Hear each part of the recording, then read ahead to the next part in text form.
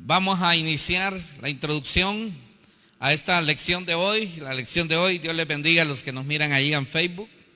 La lección de hoy es reconocimiento y deberes ministeriales, lección número 12. Recuerde que estamos en la serie Familia, Dones y Ministerios, así que esta lección entra dentro de los ministerios. Amén. Muy bien. Como introducción tenemos: un banquero necesita de gerentes y cajeros y más personal para sus negocios financieros.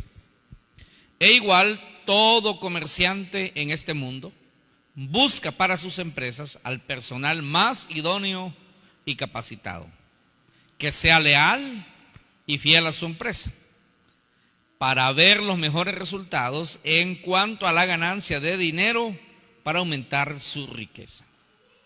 Igualmente, Dios es el dueño de esta empresa llamada iglesia, cuyo negocio no es dinero, ni oro ni plata, sino almas para salvación, que se pagan con el rescate de la redención por la sangre de Jesucristo en la cruz.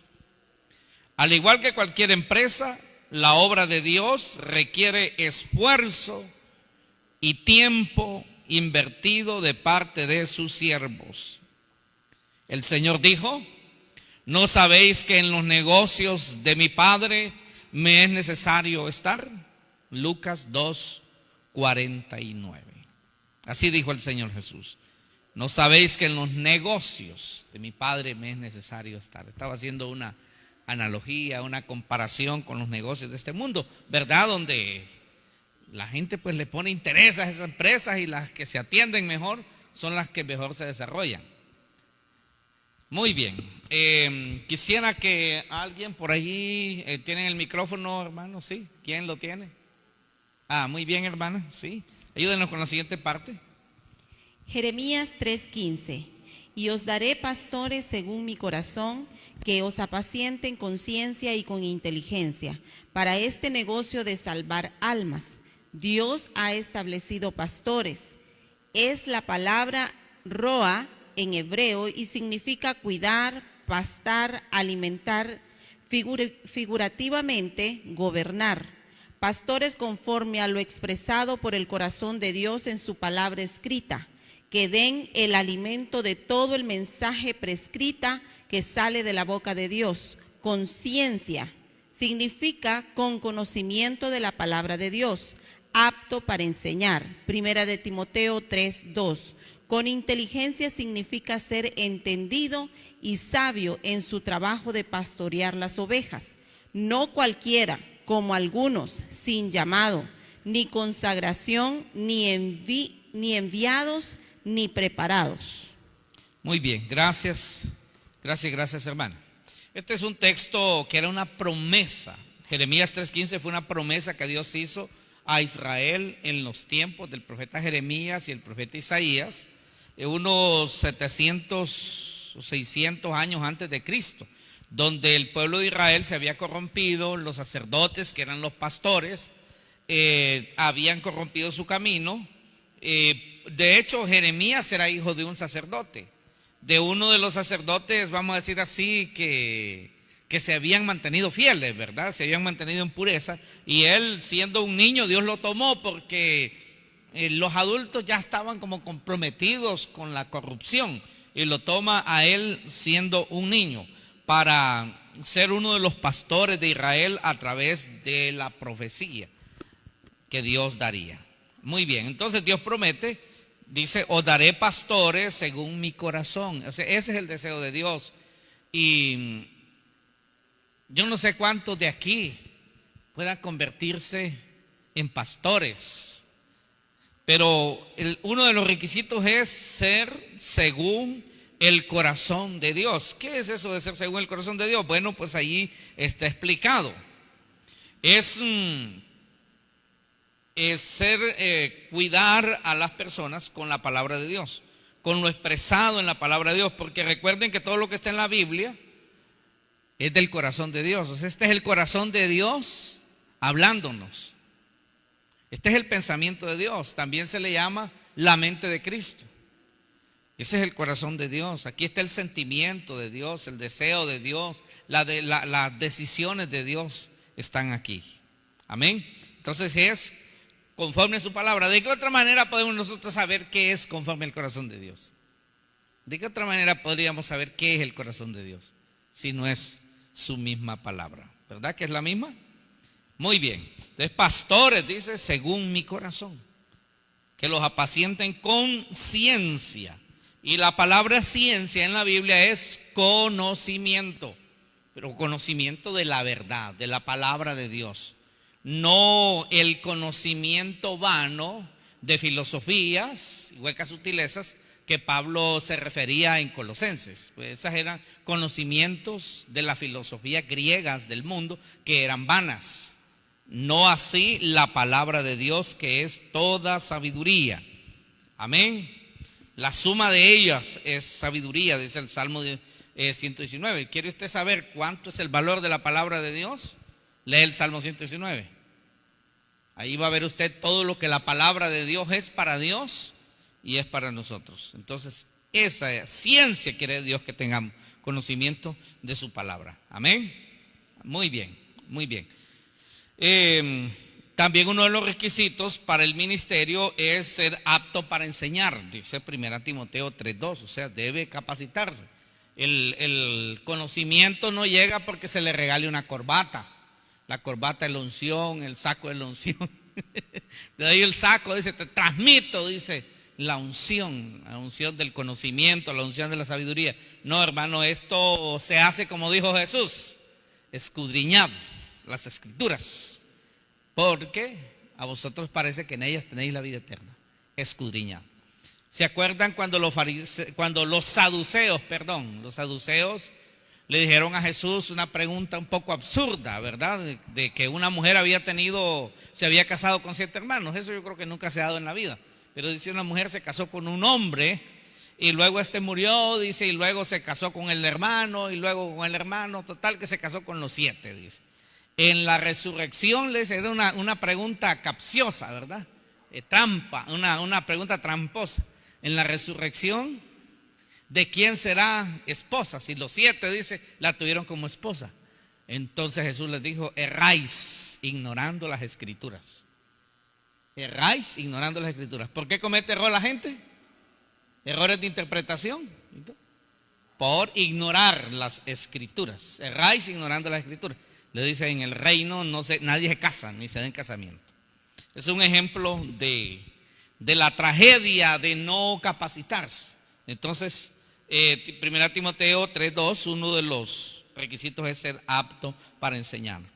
En concordancia con eso, que apacentarán con ciencia y con inteligencia. Muy bien. Vamos a hablar como primer punto, el reconocimiento pastoral es un principio cristiano. Hermanos, ustedes saben que cuando tocamos estos temas, el tema que es, tratamos de no tocarlo al 100% porque no ajusta el tiempo, pero tratamos de mantenernos dentro del tema. Y este tema es un tema que yo casi nunca lo toco, podríamos decir, porque tiene que ver con lo que aquí estamos hablando, reconocimiento pastoral, reconocer el trabajo de los pastores. Entonces es como estar hablando a favor de uno, ¿verdad?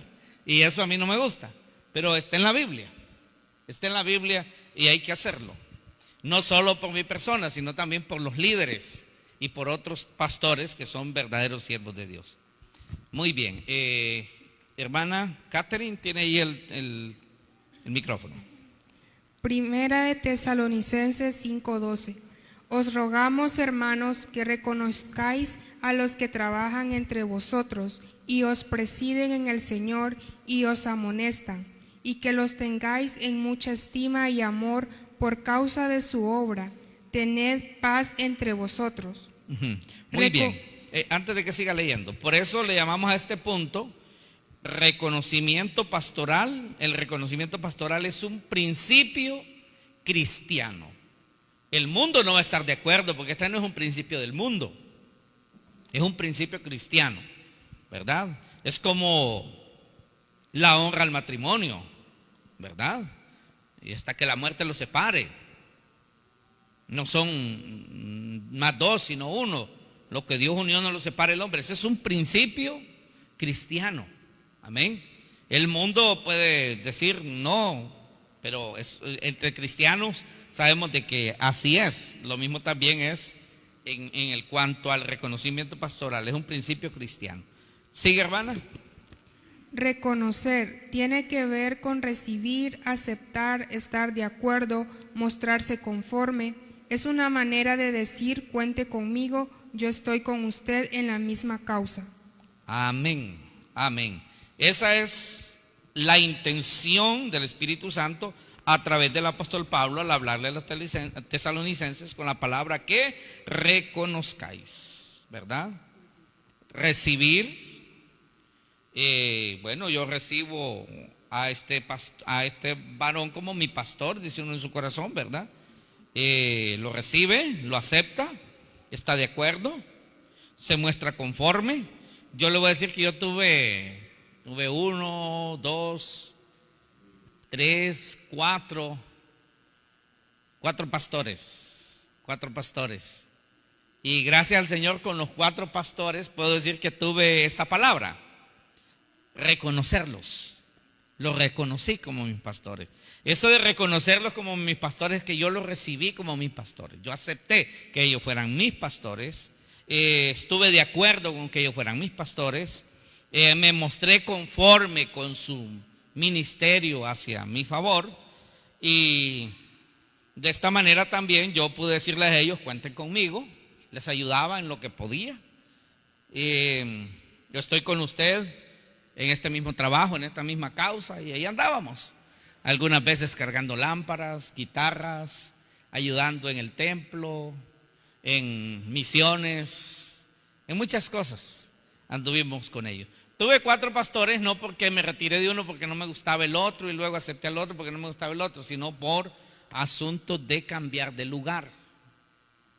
Estaba en mi pueblo, me fui para San Pedro Sula, y estaba allá también en la aldea, tenía al otro pastor. Y en mi pueblo, como la iglesia cambiaba pastores de tiempo en tiempo, entonces allí tuve 2 pastores de los que yo tengo conciencia. Porque hubieron otros pastores cuando yo estaba niño, ¿verdad? Pero ya ahí ya es algo diferente. Eso es reconocer. Que reconozcáis, dice, a los que trabajan entre vosotros y os presiden en el Señor. Siga la palabra presidir, hermana. ¿Qué significa? Estar de pie ante, y de ahí conducir, dirigir, gobernar, ocuparse en buenas obras. En este caso, el que preside es un hermano en la fe, que ha alcanzado la capacidad necesaria y un alto grado de confianza para estar al frente de un grupo de discípulos del Señor. Este puede ser un líder o un pastor o un equipo de líderes. Amén. Amén. Eso es presidir. De allí se deriva la palabra presidente, de presidir, presidente, el que nos gobierna, el que dirige la nación, el que se ha puesto delante del pueblo para sacarlo adelante por 4 años, ¿verdad? O el presidente, dice, de la directiva, presidente de la cooperativa, o el presidente de aquí y de allá. Bueno, muy bien, seguimos. Mucha estima. Hermana Ondina. Mucha estima. En el tiempo que vivimos, la estima a los siervos de Dios está siendo pisoteada por los incrédulos. Pero más lamentable es que algunos cristianos, a cambio de estimarlos y resaltar las virtudes de sus líderes cristianos, se ponen en igualdad con el inconverso, para denigrar sin ninguna discreción y distinción a los líderes cristianos. O sea, que generalizan y no hacen diferencia entre los verdaderos siervos de Dios y los obreros fraudulentos o lobos rapaces de Hechos 20, 28, 30, Segunda de Corintios 11, 13, 15. Muy bien, voy a leer, hermano, aquí Hechos 20. Si usted quiere, pues puede buscarlo ahí en la Biblia porque no lo tenemos o si no, pues puede oírlo. Hechos 20, 28 al 30. Dice, por tanto, mirad por vosotros y por todo el rebaño, que el Espíritu Santo os ha puesto por obispos. O sea, estos hermanos eran obispos, o sea, eran pastores, supervisaban a la iglesia en esa zona, para apacentar, o sea, pastorear la iglesia del Señor, la cual él ganó por su propia sangre. Porque yo sé, mire qué tremenda revelación esta, yo sé que después de mi partida entrarán en medio de vosotros lobos rapaces, que no perdonarán al rebaño. Algunos vendrían de afuera, esos lobos rapaces, entrarían como ovejas, pero serían lobos al final para destruir la iglesia. Pero algo todavía más terrible es que le dice el verso 30, y de vosotros mismos se levantarán hombres que hablen cosas perversas para arrastrar tras sí a los discípulos. De ustedes mismos, de ahí en medio de ustedes van a salir. De medio de ustedes van a salir. Y mire, cuando se levantan dentro, en medio, los falsos profetas, los falsos apóstoles, los falsos pastores, los falsos maestros, los falsos evangelistas, es como más difícil poder combatirlos porque ahí se levantaron. Crean amistad, compañerismo de alguna manera y es complicado. Uno puede combatir más fácilmente el que viene de afuera que el que se levanta adentro, pero está profetizado que todas estas cosas se darían, se dieron, se dan y se seguirán dando. 2 Corintios 11, versos 13 y 15. Vamos a ver si por aquí lo encontramos. 2 Corintios.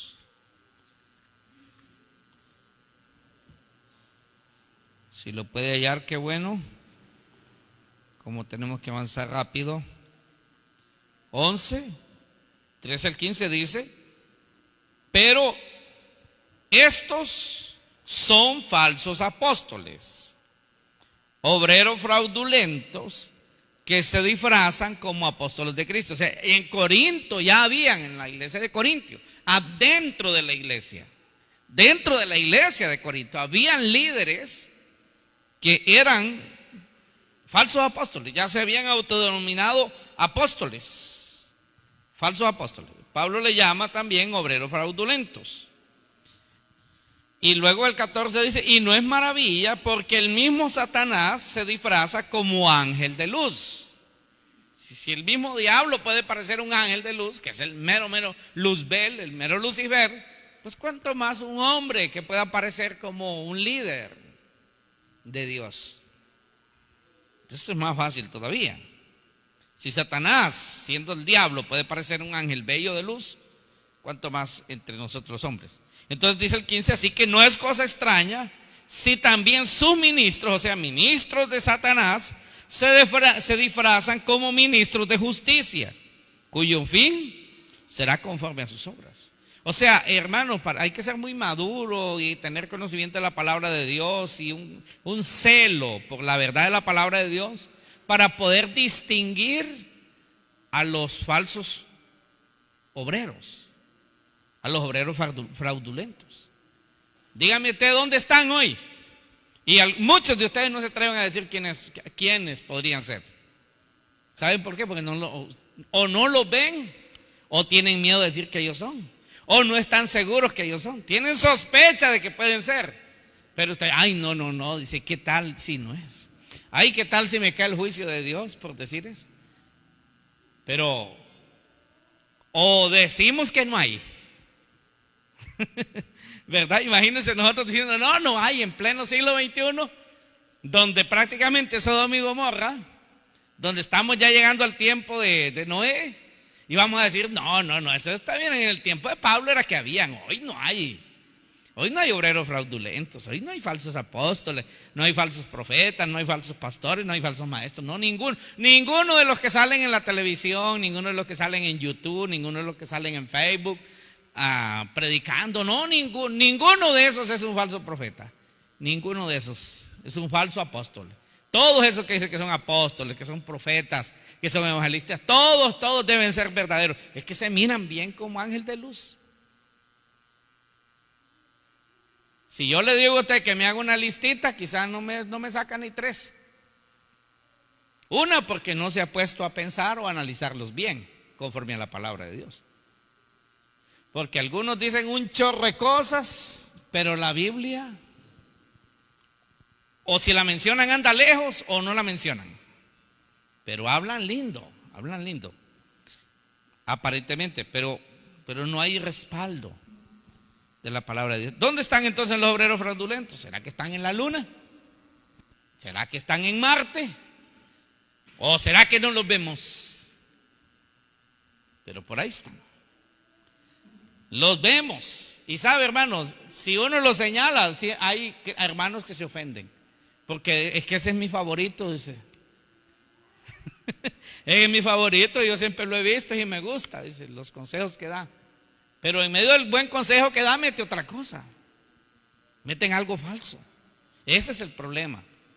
Es que si dijeran solo cosas feas y contradictorias y todo eso, usted los notaría, pero como dicen cosas lindas, cosas bonitas, cosas agradables, pero cuando menos acuerdan metieron algo torcido ahí. ¿Verdad? ¿Verdad que Eva estaba con la boca abierta cuando Satanás le estaba hablando? Y qué lindo hablaba Satanás, ¿verdad? Pero cuando menos acordó, le metió la semilla de la duda, le metió lo que no era palabra de Dios. Pues lo mismo hacen los obreros fraudulentos, hermanos. Muy bien, vamos a la siguiente página. Bienvenidas, hermanas. El deber ministerial de la obediencia y el respeto. Ajá, muy Hebreos bien. 13, 17. Obedeced a vuestros pastores. Retíreselo un poquitito, una pulgada y media. Y sujetaos Acérqueselo a ellos, un poquito más, ahí. Ahí sí. porque ellos velan por vuestras almas, como quienes han de dar cuenta, para que lo hagan con alegría y no quejándose, porque esto no es provechoso. Romanos 13, 7. Al que respeto. 1. La obediencia y sujeción. Sin este importante principio sería imposible el éxito de una organización, sea esta cristiana o secular, pues de ello depende mucho el triunfo deseado. En el caso de la iglesia, con mucha más razón se necesita la armonía, el orden y la obediencia para el establecimiento, mantenimiento y desarrollo del ministerio al que pertenecemos. Sin obediencia y sujeción, la anarquía y el desorden pronto destruirán a la iglesia. Muy bien. Gracias, hermano. Gracias. Esto lo dice el escritor a los Hebreos, el Espíritu Santo, a través de esta escritura. Dice, obedeced a vuestros pastores. Por supuesto que el texto está refiriendo a pastores que están en la voluntad de la palabra de Dios. Cuando un pastor, hermano, llámese pastor, entonces sería falso pastor, como sea, se sale de los límites de la palabra de Dios, entonces ya no se le debe obediencia. Porque nuestra obediencia a nuestros pastores, porque yo tengo pastores también, hermano. El pastor Arturo, él es mi pastor. Pastor Roberto es mi pastor. Y mi obediencia a ellos la debo en base a la palabra de Dios. Fuera de la voluntad de la palabra de Dios, yo no le debo obediencia ni al pastor Arturo ni al pastor Roberto. Y ellos lo saben muy bien. Fuera de las directrices de la palabra de Dios, yo no debo obediencia. Pero dentro de la palabra de Dios debemos obediencia. Amén, hermanos. ¿Está poniendo atención? Muy bien. Muy bien. Bueno. Seguimos entonces. La siguiente palabra. Obedecer, peizo, estar convencido mediante argumento. Conciliar es estar de acuerdo por medio legítimo, no por medios engañosos o amenazas. Es aprobar reflexivamente, estar de acuerdo con la autoridad por su legitimidad. Es descansar mediante certeza interna del corazón, por estar haciendo lo correcto. Amén.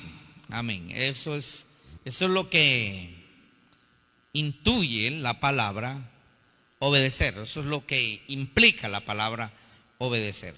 Es algo que nos leía el hermano Manuel, ¿verdad? Cuando hablaba sobre la obediencia y la sujeción, es que Sin este principio, una organización no puede mantenerse. Porque imagínense todo el mundo haciendo lo que quiere. Es un desorden. Unos haciendo una cosa, otros, no, yo voy a hacer esto, no, yo voy a hacer esto. No, yo no le hago caso a usted, yo hago lo que quiero. No, yo hago lo que quiero. Y entonces, imagínense en la célula. No, yo sé que usted es el líder, pero para mí como que no lo fuera, yo voy a hacer lo que yo quiero, ¿verdad? Entonces se vuelve todo un caos, se vuelve un desorden. Entonces tiene que haber obediencia, esto es importante en todo lugar, si no todo se desordena. Imagínense que no se obedezcan las señales de tránsito, hay accidentes. En el hospital, que no se obedezca, se vuelve un caos. Cuando usted llega al hospital, primero tiene que reportarse con el guardia. Eso es obediencia. Darle la cédula. Y usted, no, yo no le estoy dando la cédula, ni le digo quién soy. Y luego tiene que hacer fila. Eso es parte de la obediencia, parte del orden. Usted dice, no, yo quiero que me la den directo. No se la van a dar, se le va a armar un lío ahí, ¿verdad? Y luego tiene que ir a pagar. Y luego pues con la siguiente persona, y después con el otro, y después con el otro, hasta que llega a la persona que lo va a atender. Y luego el médico que lo atiende le dice, mire pues, compre esto, compre el otro, compre el otro. Todo se va a hacer, hermano, a obediencia, no solo en la iglesia, en la casa, en la empresa, en la sociedad. ¿Por qué en la iglesia no va a haber obediencia y orden? Si lo hay en el mundo, ¿por qué no lo va a haber en la iglesia? Amén. Esto es importante. Siga, hermana, no sé quién tiene ahí, ¿sí? Hermana Telma.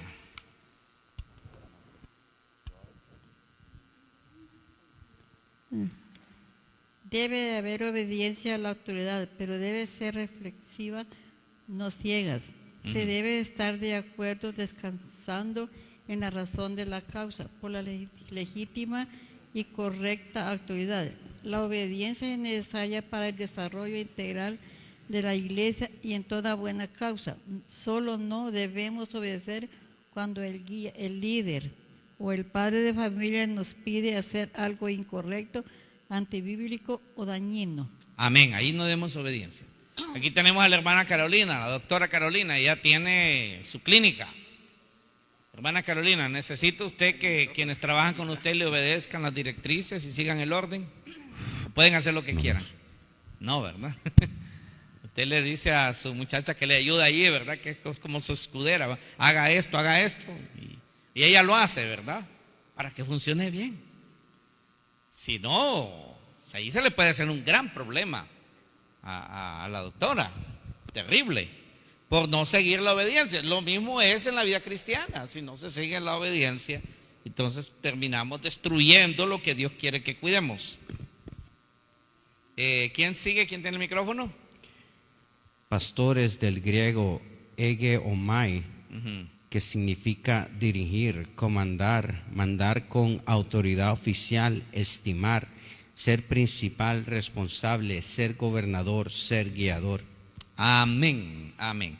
Aquí ya es en la parte práctica como humanos, pero en la parte figurativa ya vimos que en el griego significa también, el origen es pastar, dar pasto, alimentar, ¿verdad? Alimentar. En este caso, pues los pastores estamos para alimentar con la palabra de Dios al pueblo.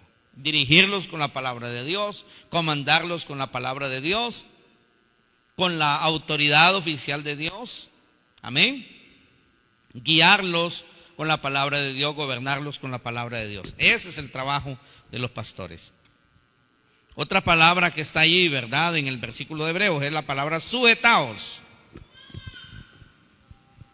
Sujetaos, del griego hupeiko, y significa retirarse o apartarse, con un corazón rebelde. De hupo, debajo de eiko, ceder, directamente significa retirarse o apartarse y ceder el paso para que la persona a cargo cumpla su responsabilidad y ponerse a disposición de ella para recibir su instrucción y dirección para cumplir sus disposiciones. Nunca ponerse en el camino para estorbar o para defenestrar. O sea, hacer caer al líder y su causa. Solo no puede haber sujeción para lo pecaminoso. Muy bien, ahí se nos quedó una palabra que es incorrecta, ¿verdad? Que cuando dice que la palabra sujetados, la palabra griega es hupeiko, significa retirarse o apartarse, y sin un corazón rebelde, ¿verdad? No tener un corazón rebelde, opuesto, ¿verdad? Es cuando el jefe llega, por ejemplo, a la empresa y llega a hacer pues ahí sus ajustes, sus arreglos, y el empleado le dice, pase, pues díganos qué es lo que hay que hacer, ¿verdad? Y cede el paso, no se le pone ahí, aquí usted no hace ningún cambio, ¿verdad? Aquí usted no manda, o cualquier cosa, ¿verdad? Y se le opone, y si usted ordena que se haga algo, yo no lo hago, porque aquí estamos acostumbrados a trabajar como nosotros queremos. Entonces ya ese es rebelde, ¿verdad? Pero la idea es que se aparte y dice, bueno, díganos entonces qué es lo que hacemos este día. Y esa es la idea de la palabra sujetarse, ¿verdad? Pero por supuesto estamos hablando dentro de lo que es correcto. Retirarse, apartarse, no ponerse en el camino en contradicción. Eso es la palabra hupeiko.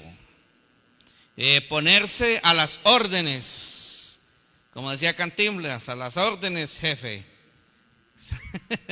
Bueno, esto lo hacemos, por supuesto, si el que nos está guiando, lo que nos está haciendo es bajo la voluntad de Dios, porque entonces le estamos diciendo al Señor, a sus órdenes estamos, jefe. Cuando el pueblo de Israel obedecía a Moisés, ¿a quién obedecía? Pues a Dios, porque la palabra que Moisés le daba al pueblo era lo que Dios le había dicho que le dijera al pueblo. Cuando Moisés le dice a los israelitas que hay que hacer un tabernáculo de X medida, con ciertas telas, de tejones, de estos colores, de lo otro, estas medidas y todo eso, y el pueblo obedeció a lo que decía Moisés. Sí, así en primera instancia se mira que están obedeciendo a Moisés, pero están obedeciendo a Dios, porque quien le dijo a Moisés que hicieran eso fue Dios. Entonces si ellos le decían, mira Moisés, no te vamos a hacer caso, vamos a hacer un tabernáculo, pero como a nosotros nos gusta, no como vos estás diciendo. Entonces aparentemente están desobedeciendo a Moisés, pero a quien están desobedeciendo es a Dios, porque Dios es el que dijo que se hiciera de determinada manera. Igual el arca que construyó Noé, que Dios le dio las medidas, las dimensiones, 3 pisos, una ventana aquí, la puerta y que metiera los animales. Pero imagínense que Noé dice, no, pues Dios dijo que metiera una pareja de cada animal, pero la verdad que yo voy a meter 4 de cada uno. Esa es desobediencia, ¿verdad? Hay que hacer las cosas como Dios quiere. Entonces cuando usted, el siervo de Dios o la sierva de Dios le dice algo conforme a Dios, entonces nuestro deber es someternos, ponernos debajo a disposición. Amén. Bueno, ¿quién sigue, hermanos? ¿Quién tiene el micrófono? Amén. Sí, muy bien, hermano. Es la misma idea de someterse. Esta debe ser la actitud de los cristianos ante la autoridad delegada, aunque se debe entender que ninguna autoridad asignada por Dios nos impulsa hacia la opresión de nuestros subalternos, sino más bien a guiarlos. Esto, hermanos, es importante. Ninguna autoridad correcta guiada por Dios es para oprimirnos, para imponerse sobre nosotros groseramente. Fíjense que yo me quedé sorprendido de un hermano que en una iglesia de aquí en la ciudad, pues una directora de alabanza que vi en el tiempo cuando él estaba allí y él estaba a cargo del equipo, ¿verdad? Así como lo hace el hermano Arnold aquí, que nos ayuda, mi hijo Yofi, a veces el hermano Jeffrey por ahí, y pues él estaba encargado de que Él supervisara de que todo quedara en su lugar, el equipo apagado, los micrófonos en su puesto y todo, ¿verdad? En orden, que no quedaran micrófonos tirados por todos lados. Entonces, la hermana directora de la alabanza me contaba a él, que él ya estaba en la casa, pero ella no sé por qué razones se quedaron en una reunión por ahí, pero él ya estaba en la casa como a las 12:30 ya descansando, de la noche, imagínense usted. Y cae la llamada de ella y le dice: hermano, ¿usted terminó su trabajo hoy, su compromiso? Y le dice él: sí. ¿Dejó todo en orden? Sí, dejó todo en orden. ¿Y por qué yo miro aquí un micrófono, le dicen una silla? Le dice: pues eso sí, no sé. Le dice: quizás alguien del Ministerio de Alabanza lo dejó allí. Bueno, le dijo: esta es su responsabilidad, véngase de su casa, le dice, a recogerlo y a ponerlo donde toca.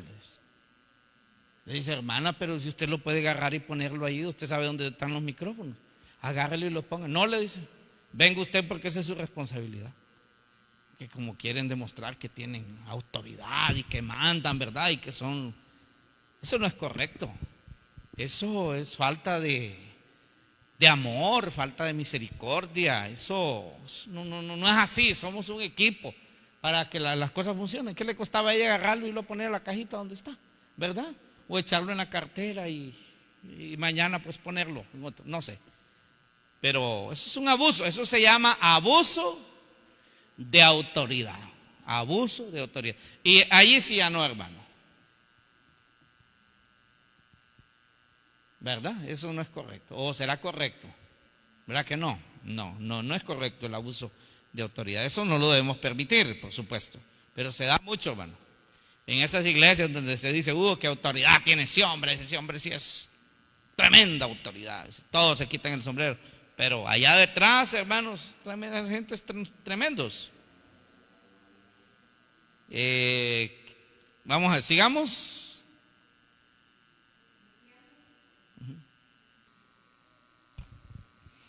Los cristianos en general, incluyendo sus líderes, no deben pensar que saben demasiado o que son demasiado buenos o importantes como para no tener que aprender más. El pueblo de Dios en general debe escudriñar las Escrituras y en la medida que los ministros enseñen conforme a esa regla, deben recibir sus instrucciones, sabiendo que es la palabra de Dios que obra en los que creen. Amén, amén, amén, hermana. Gracias. Aquí todos estamos aprendiendo, hermanos. Todos estamos aprendiendo, todos estamos reafirmando lo que sabemos, recordando lo que hemos olvidado, porque se nos olvidan, hay cosas que se nos olvidan, aunque hayamos estudiado una lección, hay cosas que se olvidan y es bueno recordarlas. Amén. Amén. Y porque yo he escuchado personas que, no sé, esto es algo así como de orgullo y altivez, y dicen: no, yo, ¿para qué voy a ir ahí? Dice, que me enseñen otras lecciones. Y yo, dice, yo ya sé, dice. No, yo ya estuve, dice, en una iglesia, dice, allí fui hasta un instituto bíblico, dice. Entonces, ¿para qué voy a aprender eso yo? Dice. Bueno, pues pudo haber ido a un instituto bíblico, pero cuando se llega a una iglesia hay que seguir las reglas, ¿verdad? Entonces hay que recibir los estudios. Yo había ido a un instituto bíblico en Santa Bárbara, me iba una semana completa, de domingo a domingo.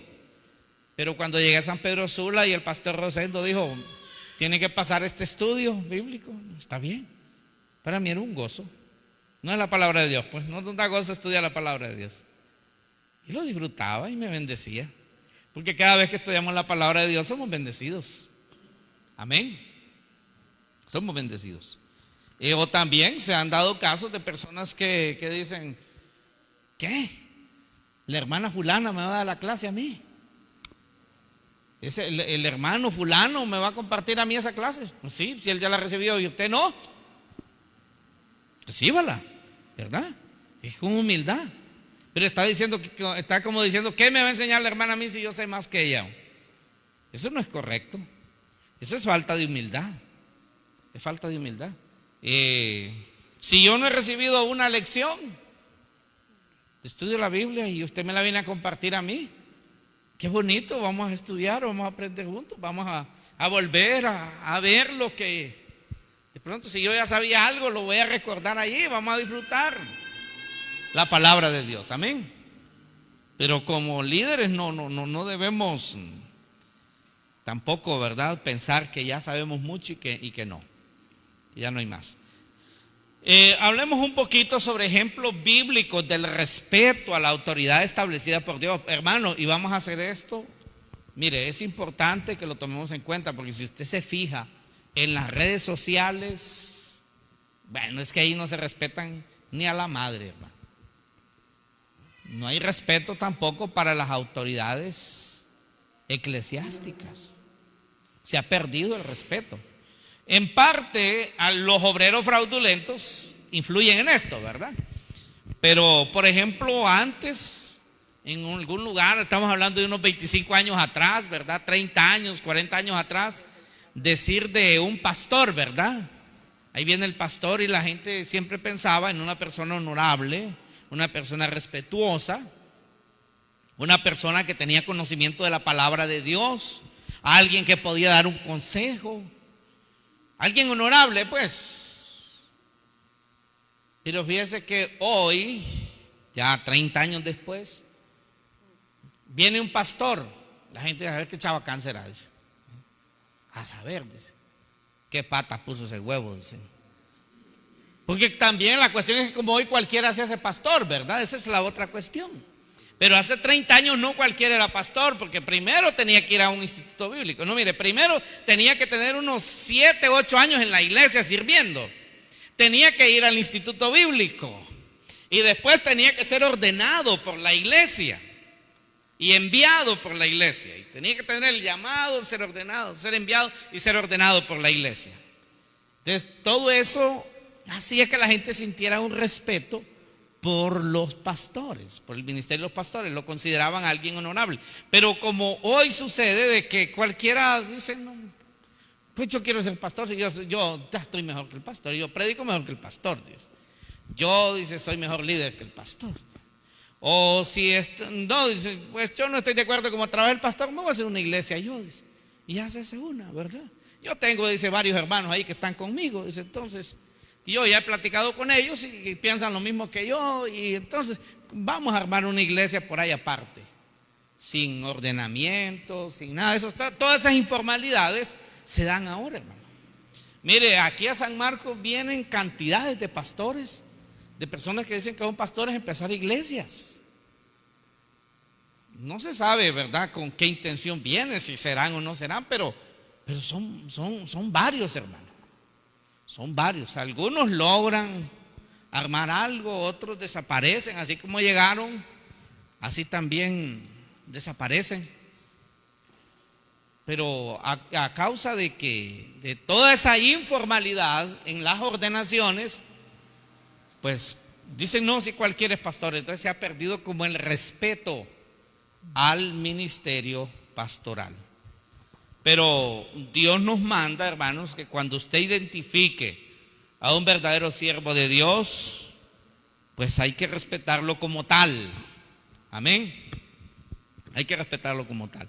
Y yo no lo digo por mí, sino lo digo por otros pastores que yo conozco, ¿verdad? Porque no es bueno hablar por uno mismo, sino por todos los verdaderos pastores que hay, porque sí hay verdaderos pastores. A mí me molesta, le voy a decir, y no precisamente solo por mí, pero cuando veo, por ejemplo, en Facebook, dicen, los pastores no trabajan, los pastores, dice, viven comiéndole el dinero a la gente. Cuando yo conozco a todos los pastores de la zona nuestra, y a mí me encantaría llevar a esa gente y llevarlos a que van a trabajar con ellos un día, ¿verdad? Alguien que hable así, bueno, véngase conmigo, nos vamos a ir por ahí, un día va a estar con uno, otro día va a estar con otro día va a estar, para que vaya a sudar la gota gorda como la sudan ellos, para que dejen de ser habladores. Pero claro, eso no se puede hacer porque había que llevar a todo el mundo, había que contratar no buses, sino trenes, para llevar toda esa gente, a ayudarle a los pastores a trabajar como trabajan ellos. En toda la zona nuestra, hermano, todos los pastores hacen sus trabajos. Si no, hermanos, se morirían de hambre. ¿Con qué mantendrían a las familias?